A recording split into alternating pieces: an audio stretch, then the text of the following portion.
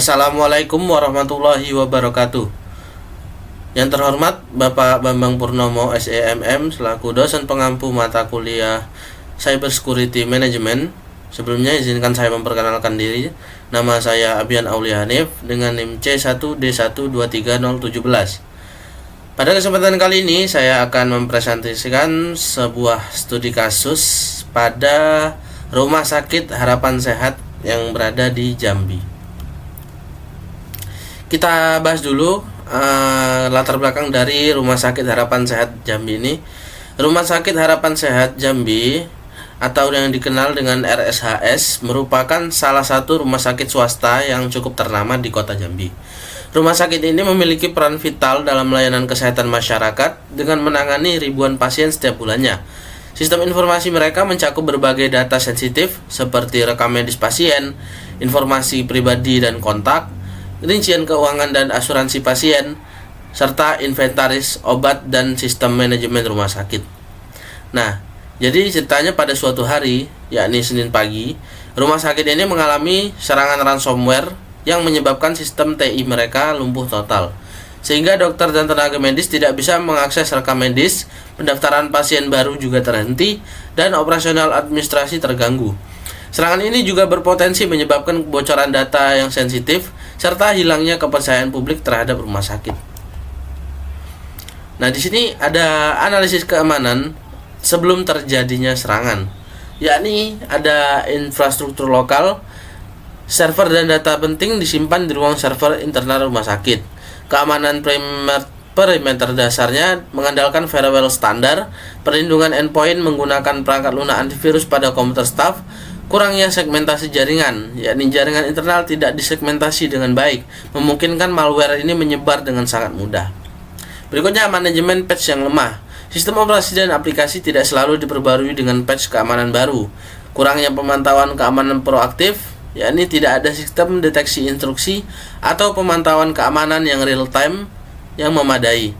Yang terakhir, ada pencadangan data yang tidak optimal, yakni proses pencadangan data tidak teratur dan tidak disimpan di lokasi yang terpisah dan aman atau biasa disebut dengan offsite. Berikutnya, kita menganalisis ketiadaan atau implementasi data center yang tidak tepat pada Rumah Sakit Harapan Sehat Jambi. Yang pertama ini terkait dengan infrastruktur lokal. Pada Rumah Sakit RSHS Jambi ini, server dan data penting hanya disimpan di internal rumah sakit saja, tanpa adanya sistem backup offsite yang aman, sehingga membuat sistem sangat rentan terhadap ransomware. Yang kedua, ada keamanan yang terbatas. Sistem keamanan di rumah sakit tersebut hanya menggunakan firewall standar dan antivirus dasar pada endpoint, dan tidak adanya sistem segmentasi jaringan. Yang ketiga, tidak adanya patching atau update routing terhadap sistem keamanan rumah sakit. Jadi sistem dan aplikasi ini tidak diperbarui atau bahkan jarang sekali diperbarui, sehingga terdapat celah keamanan yang terbuka, sehingga akan menyebabkan adanya serangan seperti ransomware dan lain-lain sebagainya yang dapat mengganggu sistem dari rumah sakit. Dan yang keempat, ada pemantauan yang minim. Jadi di RSHS Jambi ini tidak ada sistem deteksi intrusi atau monitoring real time terhadap ancaman cyber. Yang berikutnya ada peran penting fitur keamanan fisik dan logis pada data center modern. Nah, di sini kita ada 4 jenis keamanan, yakni ada keamanan fisik, keamanan logis, disaster recovery, dan patch management. Kita bahas dulu yang keamanan fisik.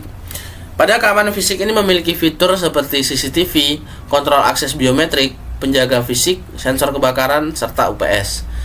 Peran dalam mitigasinya yakni mencegah akses tidak sah dan gangguan fisik yang dapat menyebabkan kerusakan atau kebocoran data.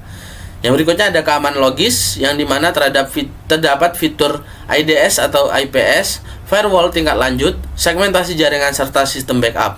Yang dimana peran dalam mitigasinya yakni menyerang lalu lintas berbahaya, memisahkan sistem, dan mengurangi penyebaran malware. Yang berikutnya ada disaster recovery dengan fitur yakni backup harian otomatis serta replikasi data ke lokasi offsite. yang dimana peran dalam mitigasinya yakni memastikan data agar tetap tersedia dan dapat dipulihkan pasca serangan terjadi. Yang terakhir ada patch management dengan fitur yakni sistem otomatis untuk update keamanan, yang dimana peran dalam mitigasinya yakni menutup celah keamanan dengan cepat sebelum dimanfaatkan oleh hacker. Berikutnya ada rekomendasi perancangan ulang infrastruktur TI pada RSHS Jambi.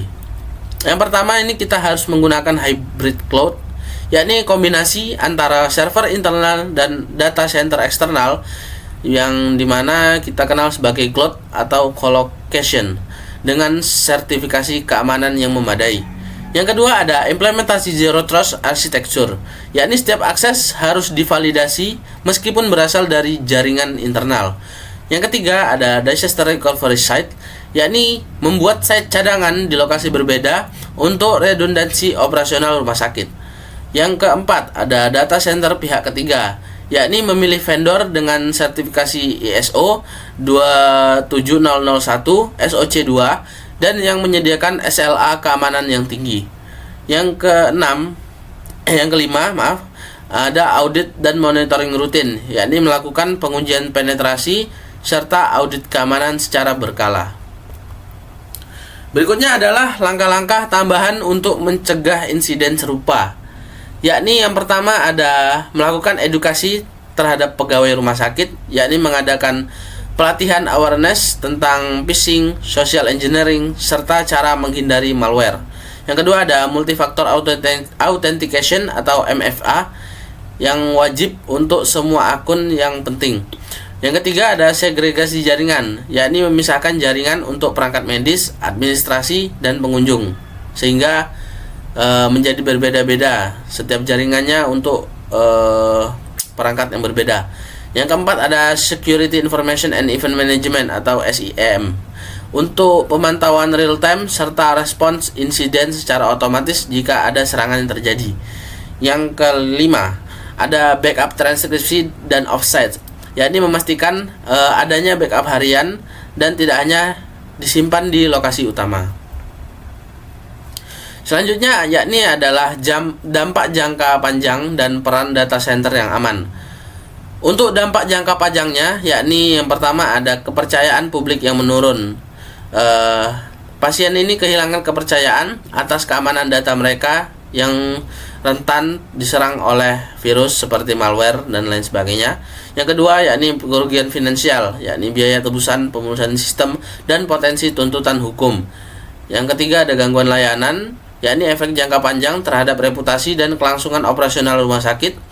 Yang keempat investigasi dan audit. Waktu dan sumber daya terpakai untuk menyelidiki serangan saja. Untuk peran data center yang aman, yakni yang pertama ada redundansi dan backup, yaitu memungkinkan pemulihan cepat untuk data-data yang penting. Yang kedua ada keamanan terintegrasi, yakni menggunakan firewall tingkat lanjut, menggunakan enkripsi data, serta mendeteksi ancaman secara real time. Yang ketiga ada compliance and sertifikasi. Data center dengan standar internasional yakni harus menjamin praktik keamanan yang terbaik. Mungkin sekian presentasi dari saya. Kurang lebihnya saya mohon maaf. Saya akhiri. Wassalamualaikum warahmatullahi wabarakatuh.